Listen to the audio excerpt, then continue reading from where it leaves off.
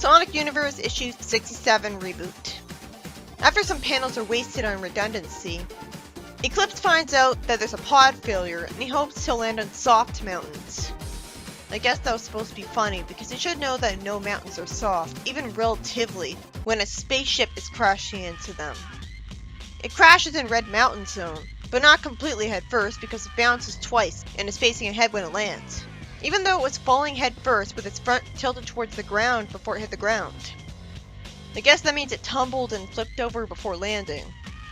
And all this time, I'm wondering how Eclipse and the baby aliens could have possibly survived that. I don't care that Eclipse had a seatbelt on. He crashed from space. Why did they have to make the spaceship crash just for the sake of ripping off a very tired cliche? I assumed the spaceship would automatically land, just like how it automatically took off, which would have actually justified everyone on the spaceship surviving. Sure, he wakes up later holding his head lying down and asks how long he was out, getting my sympathy.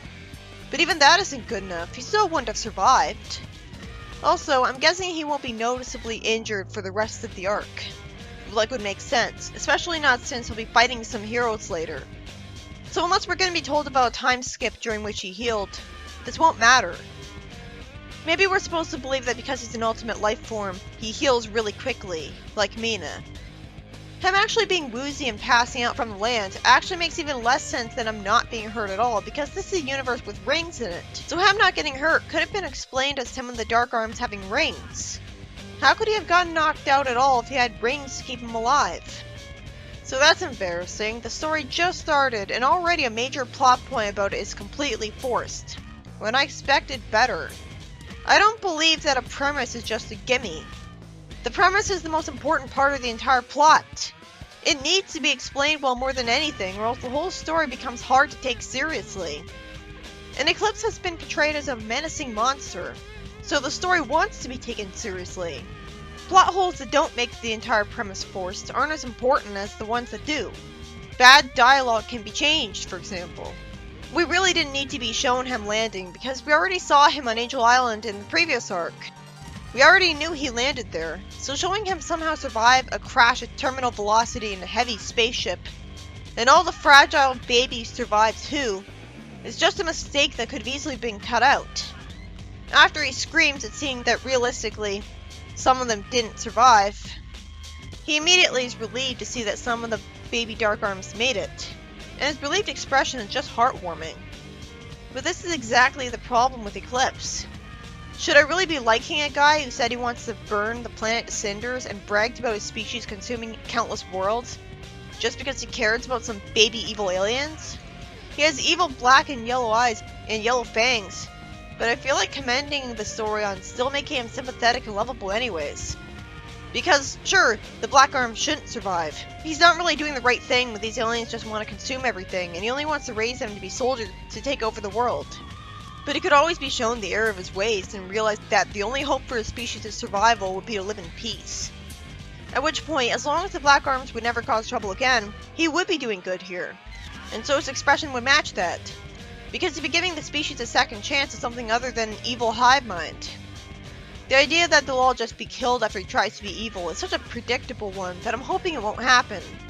And it seems like common sense to not do that, because making these more innocent baby Black Arms end up being good guys would be an actual plot twist, and therefore creative. And it'd be merciful of the writer instead of sadistically destroying the last of the species at the end because Eclipse was a complete idiot. I'm sad just thinking about that. He actually looks pretty sweet, telling them, "Don't be afraid. Come here, my little ones. I'll protect you, feed you." And he seems like he wants a hug. I don't think even Shadow was this nice. Then the writing gets annoying once again because he mood swings saying he wants revenge on the world together, somehow not realizing that his species brought on themselves because they tried to destroy the world first. How can you be that stupid? It really is a mood whiplash situation here. Does the writer want it to be genuinely heartwarming or not? Because ironically, this might have been the most heartwarming part of the reboot so far, and the only time a moment like this actually worked for me. The only thing that could have made it better would be if we saw the Dark Arms hug him, like was built up to. Instead they cut away to Rouge and Shadow, who are probably gonna bore the shit out of me wasting my time on stuff I didn't need to see. when I was much more invested in seeing exactly what Eclipse was going to do next. Because of this cutaway, I immediately stopped reading the story for the day because I'd rather do something else. What made him think Rouge and Shadow were interesting characters compared to him? Also, some of the Dark Arms surviving a high-speed crash makes even less sense than all of them surviving would've. At least all of them surviving could have been explained by them all having rings. Of course the babies would be given extra protection. It's also not explained that some of them were lucky enough to have more tough eggs than others and so on. So they won the genetic mutation lottery. They were just fine for no reason. I started having faith in the writer to establish that the Dark Arms were kept in tightly locked down safety pods to explain the survival better. Because Ken Pendergast wrote that the reason Elias survived his aircraft crash with no injury as a baby was that he was in a special safety pod. It wasn't explained, but it was better than nothing, like here. I could have assumed that the pod was bolted down during the crash, or had anti-gravity technology keeping Elias floating no matter what, so that the sudden crash of the aircraft wouldn't have jolted him forwards and hurt him with the metal.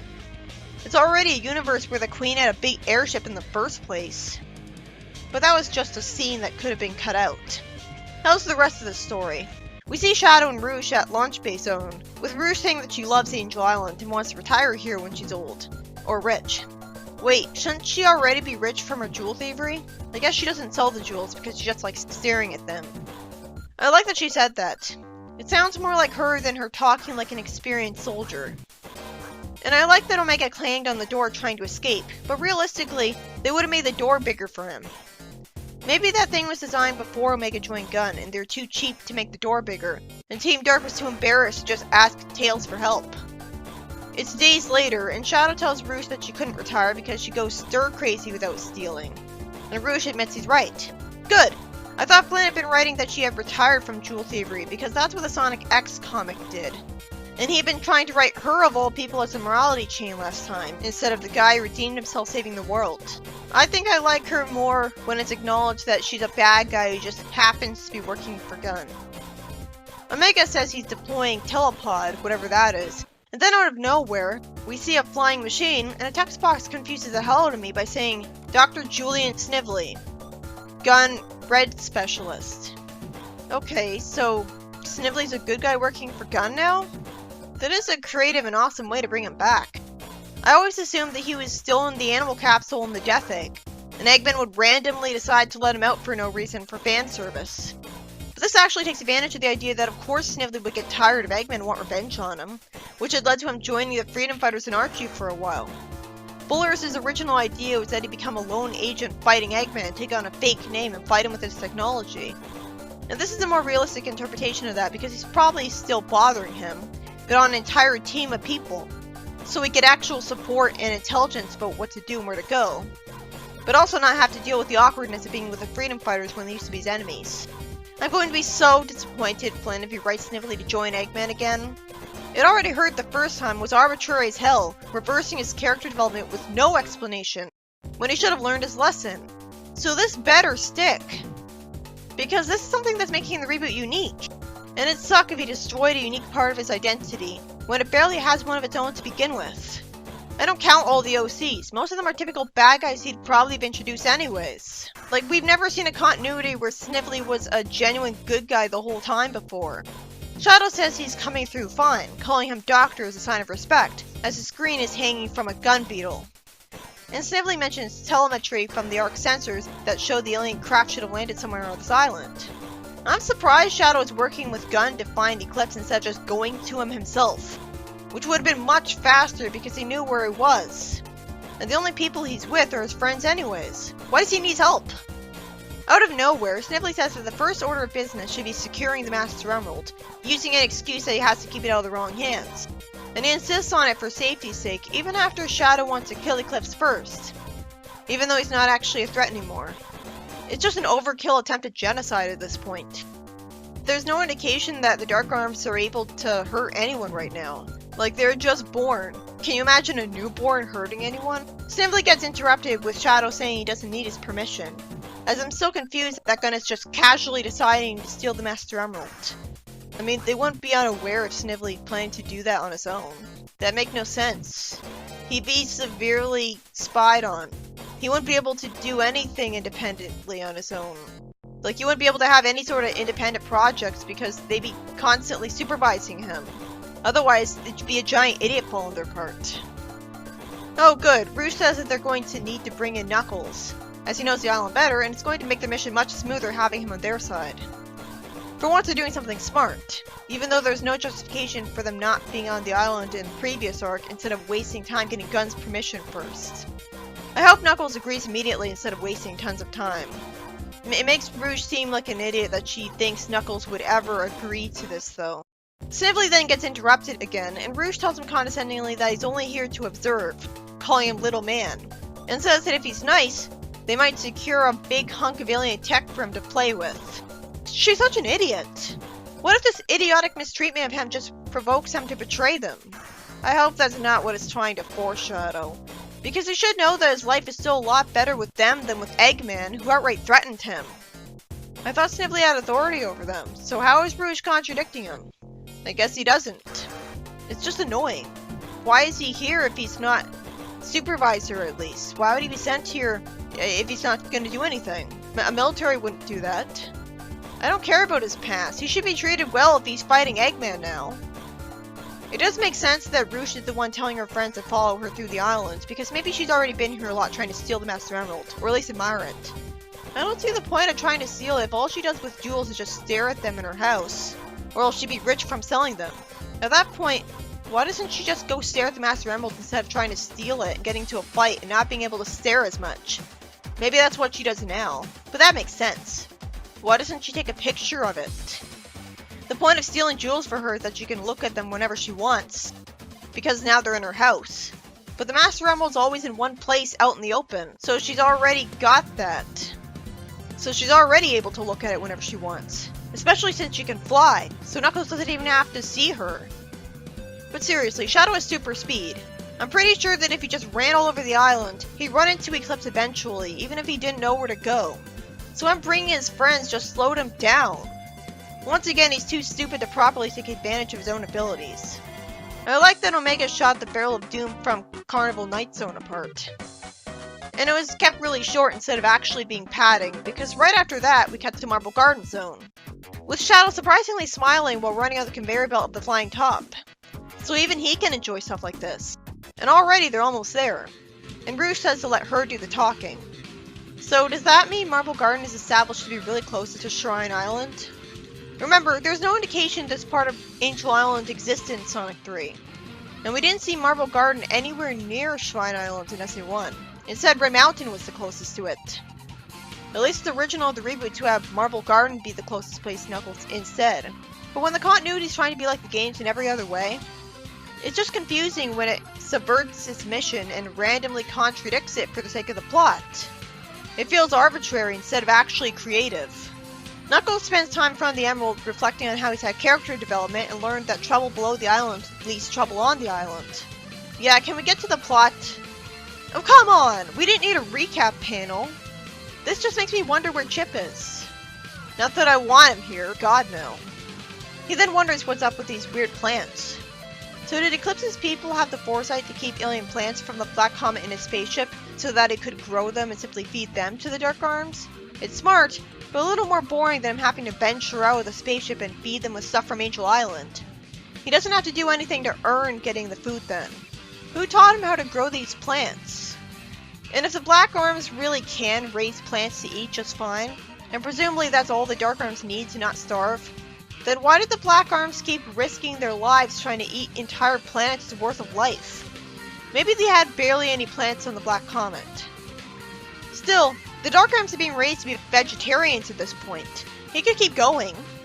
Oh god, come on! I assumed that the person who interrupted Knuckles would be Rouge. Nope, it's Relic. She really is padding personified. She could easily not be here. Anyways, after skipping her bullshit because I doubt she's telling us intriguing scientific research on alien plants, finally Rouge shows up. But for no reason, she wastes a few panels instead of instantly telling him why she's here to grab his emerald. What an idiot. You know, maybe they shouldn't have let her do the talking. Wasn't it common sense that when you'd approach Knuckles trying to get his emerald, the first sentence out of your mouth would be a proper explanation? Because he could punch you any second? Even then, I'm not sure she could convince him that easily, because Gunn didn't explain to us why he feels the need to take the emerald from him yet. I know that Knuckles standing in front of the emerald doesn't guarantee it won't be taken, but he doesn't want to believe that. But it is smart of Gunn to recognize that it would be safer in their hands. But then what took them so long? How stupid were they? Rouge then wastes another panel saying that Knuckles has forgotten her now that he has Relic. This is just frustrating. I know padding when I see it. I'm not an idiot like this writer thinks I am. I know what a distraction is to artificially extend the story. Surprisingly, Relic slaps Knuckles on the cheek and asks what he's been telling people. First off, I hope she's just as hated for this as Sally was when she slapped Sonic, or that wouldn't be fair. At least Sally was under a lot of stress and fear of Sonic dying, but this is just unjustified. I assumed from her quote-unquote cuteness that she would instead be all flattered, but instead she's a jerk to Knuckles and assumes he told people stuff. He just told Rouge to get lost and accused her of trying to take his emerald. Was she not even paying attention? Second, there's no chance of her slapping him looking satisfying. And at least when Julius Sue slapped him, it was because he was making light of the fact that he died once. And she had been really sad about that, and didn't want him to die again. Not that different from Sally, actually, but at least she didn't break up with him over it.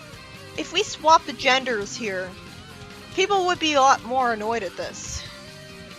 A guy saying that, oh, I was dating you, but I guess you don't care anymore because you got him now. And the guy slaps the girl. I thought Relic was being portrayed as a sympathetic character. Not successfully, but still. How does he expect us to like her and want to keep seeing her after this? Also, she somehow thought Knuckles suggested to pack up her things. Her saying that came out of nowhere. Is she just manipulating Knuckles with pity? Because this is the second time she got his pity and instantly cheered up.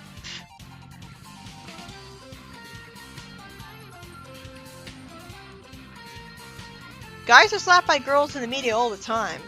But if she was smart, like an archaeologist, she'd know that Rouge just came to the wrong conclusion. Or that she was just teasing Knuckles, instead of not having faith in Knuckles. I'd expect her to just tease Knuckles about it and flirt with him, after she teased him last time saying, use your words. This isn't too big a deal to me, because it's just one panel that's just as much of a waste of time as the rest of the scene has been. It could have easily been cut out. Not to mention, I didn't really like Relic anyways, so I don't feel betrayed and disappointed by seeing this. I'm just glad to see this as proof that I was right to hate this character and don't actually have to give her a chance no matter what. Because apparently this cute, dorky archaeologist thinks assault is okay. And we're still supposed to find her endearing. So, she's not really Knuckles' friend then. I would think that the most basic thing a friend is someone who won't hurt you. Why'd Knuckles say, I quit? Fortunately, Shadow lampshades that letting Rouge do the talking was a mistake. Rouge admits that she got carried away and apologizes, which is more than can be said for Relic, who somehow thinks she's been scandalized instead of feeling honored, and will never apologize, by the way. Knuckles really is calm if his only reaction to being told that Black Arms came back is bad time for that. I expect him to say, what? Shadow should have been written to have said he destroyed most of them without Knuckles getting the chance to respond then. Knuckles kinda satisfyingly tells Shadow he did sloppy work because Eclipse survived. Relic then acts cowardly as she connects the dots and realizes that the Black Arms are here. She shows Shadow some strange alien plants she'd been finding all over the island instead of guarding the Master Emerald. At least we saw Vector standing in front of the Master Emerald. Shadow says it's a clipping from a red fruit tree, and he magically recognizes it as cultivated only by the Black Arms. It would have made more sense if he had been given a red fruit outright. I don't know. Maybe it's because it's blue? Our time is wasted with more recap. Rouge says she needs Knuckles to guide them. Our time is wasted again. And somehow he expects Relic to guard the emerald without any ray gun. He says that if the alien shows up, she can just call him back. How does he expect her to survive after that? It was amusing seeing Omega and not Emerald interact. Fix is like, hello, being nervous of course. And Omega is like, greetings tiny and inferior model. What weapons do you possess? and Fix-It says he doesn't have any weapons. Of course, because letting Relic defend the emerald properly for Knuckles would make sense. And he says he fixes things, and Omega inexplicably says, after you destroy them? Oh good, someone lampshades this. I thought nobody was aware of this. Snively says that it's ridiculous to leave the Master Emerald so poorly guarded. And Rouge actually says he's right and wants Shadow to guard the Emerald. I can understand Shadow being mad at this because he wants to be the one to kill Eclipse, since he wants to become the last of his kind at all costs. No wonder he and Knuckles won't get along. But Knuckles should happily agree to this. He should have faith in the ultimate life form with all of his magical powers to do a great job. In fact, he'd be better at guarding the Emerald than he would be, so he should be ecstatic. And Shadow says that they need him to overwhelm Eclipse. Rouge agrees while admitting that Eclipse might slip past them and kill what's-her-name. And at least Relic thanks her for the thought. Surprisingly, Shadow does agree to guard the Emerald, because he admits that protecting people is more important than finishing off Eclipse himself. Huh? Knuckles tells Shadow to not touch the Emerald. Why? He should at least explain that he thinks Shadow is already powerful enough, and remind him that he almost destroyed the world once, and so he doesn't trust him. And he's also paranoid enough to tell Fix-It to give him reports every 5 minutes. Meanwhile, we see Eclipse call the Dark Arms saying feeding time, as I feel like they kinda look like the Wisps. I mean, one of them's a cube, and another looks a bit like a music note. And it's sweet of Eclipse to call them kitties. And he's holding, I thought that was a broken Dark Arms egg. It'd be weird of him to feed them the remains of one of their own, if a pragmatic way to not waste it. But I guess we were supposed to believe that was just a fruit. There's so many other ways that could have looked than this. And he was apparently attached enough to them to give them names, as he tells Blurp to chew it this time. What's the point of wasting comic space showing us text bubbles from them if they don't have words? Again, if this arc expects me to want Eclipse destroyed after scenes like this, well, it's failing miserably. They could have just not had these heartwarming scenes, and then I continue on my train of thought from last time where I was pissed that Eclipse survived, and so Shadow would still be a proper audience surrogate at this point. Then he scolds Craigle and Sizer to knock it off because there's plenty to go around. Wait, the Black Arms are usually a whole hive mind, so I doubt their people are used to having individual names. Maybe Eclipse just made up names for these guys at random. And hopefully this proves that he never plans on forming a hive mind of his own if he respects their individuality. And why wouldn't he grow attached to them? He has nobody else to talk to. He'd go insane from loneliness if he didn't try to bond with them. Then he pets the one that looks like a cherry, with a sweet expression, and says, "You're the good one, Rygenta. I don't think you can do anything, but you're well behaved at least." So, is the writer going to be cruel and kill him off anyways, even after this? Because this isn't the behavior of someone who just wants to raise evil soldiers to take over the world. You don't see Eggman treating his robots like this. Not even in Sonic Boom. You don't see military commanders being like this. Then Eclipse thinks to himself that the fruit is enough to live on, but none of them are getting stronger from it. And then he suddenly reveals that he can sense chaos energy too, out of nowhere. Even though Shadow didn't have an Emerald radar. So he wants the Master Emerald to power these guys up to carry out his revenge. Okay, that's an evil plan. There. So the solution is to move his spaceship off the island, not to kill him. At least wait until his army and him try to hurt people first. He thinks that all his time is spent growing, harvesting, and nurturing. So does he have a water supply in the spaceship, or does he use a bucket he somehow has to get it from outside? How would he get fresh water? I don't know. I guess he's only thinking this instead of saying it because he doesn't want to worry them, even though they have no reason to know what he's saying when they're just born. These aliens don't look anything like the lizard-like Black Arms, or the giant ones. It's like Eclipse, where he just looks like a generic Mobian with no clue as to what species he is, instead of looking like an actual Black Arms, which is probably why I didn't like his design at first, because it was so distracting. They have his color scheme, so maybe they are literally his children. At least they fit the Dark Arms name. Then he tells them to stay in the shuttle, and somehow expects them to follow that order, even though they're just hatched. They couldn't possibly understand English yet. So he's irresponsible enough to leave a bunch of babies alone. To be fair, how old is he? He's probably physically in his early 20s or something, but I don't think he's even a year old. Maybe he genuinely doesn't have the life experience yet that would teach him that, no, babies don't know English.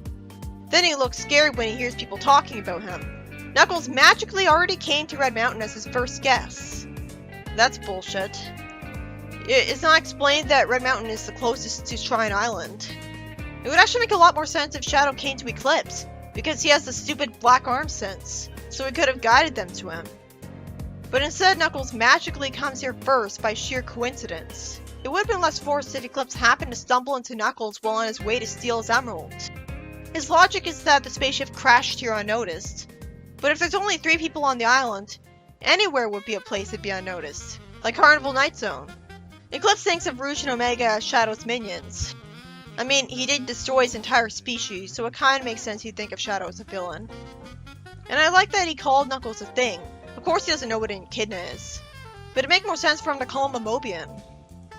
I guess Angel Island was so big that it makes sense that Relic didn't hear the spaceship crash when it did and run over to it immediately.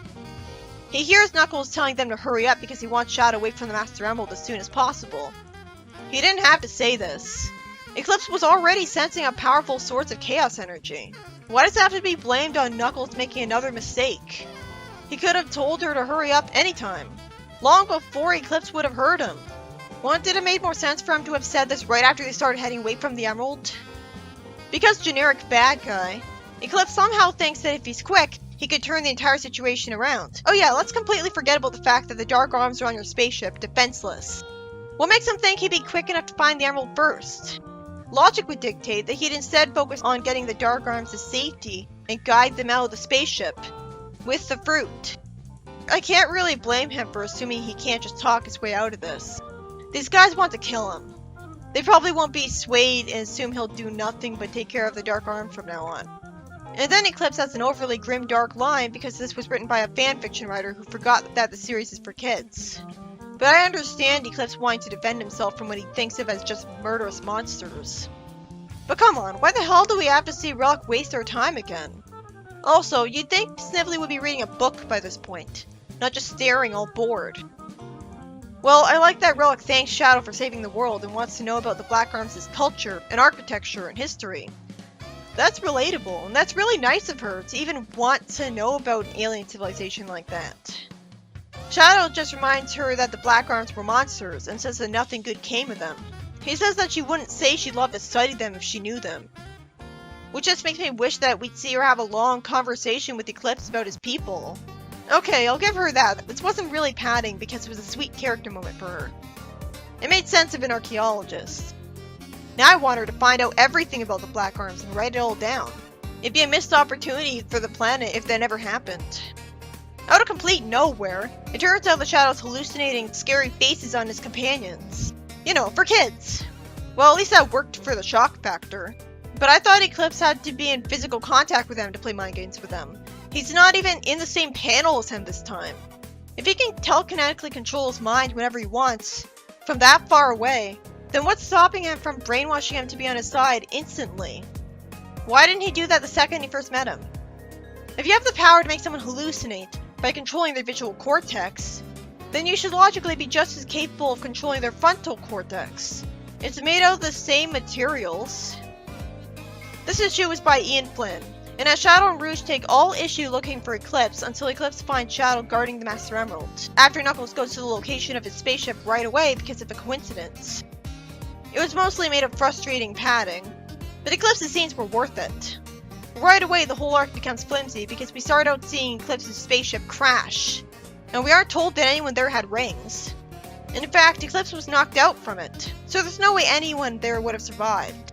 He could have easily not written it to have crashed, and it would have made sense, but instead he went for the cliche. Ignoring that though, because that could have easily been cut out of the story, just like a lot of the padding of this issue. This issue shows Eclipse being such a genuine nurturing parent to the Dark Arms that it actually confuses the audience. Now I don't know whether I want him to be destroyed anymore. It's hard to imagine he forgives Shadow for killing his father and most of his species. So he is a threat for having that vendetta against the hero. And it's bad that he's wasting time in a plan to make his babies a powerful army. Because if he had more than 2 brain cells, he'd immediately know how ridiculously outnumbered they are on this planet. It doesn't matter how powerful his army is. They would all be killed, inevitably, if they tried to cause trouble. He knows this planet is capable of making nukes. What an idiot. He's not thinking straight, clearly. If he was, he'd know that this isn't going to keep them safe like he wants. So it's kind of concerning that he's being a parent when he's so emotionally compromised. At the same time, I don't want to say he should be taken away from the Dark Arms entirely, because he clearly loves them. So it looks like they're making him a better person. But as much as I hate to give her any credit, I think Relic should be raising them instead. She wants to learn about aliens. This would solve a plot thread. I hope their resemblance to the Wisps gets explained as them being made from Wisp DNA, because otherwise, if they're like them for no reason, they'll just look like the writer and artist were so lazy that they took someone else's idea instead of coming up with their own, regardless of whether it made sense. Like Captain Metal. But I do prefer them being like the Wisps to just being generic evil monsters. It makes them cute, which newborns should be. It could have easily been that they looked like tiny miniature versions of the Black Arms we saw in the games. And that would have sucked. For once, this is an issue of the reboot that made me interested in reading the next story right away. In fact, this is the first time that I've ended up reviewing an entire miniature arc in the reboot on the same day. In Archie Sonic, I spent most of my time reviewing it, spending all day typing out reviews. But I think the arc is a little bit too sad, because it humanized the bad guys when the heroes just want to kill them.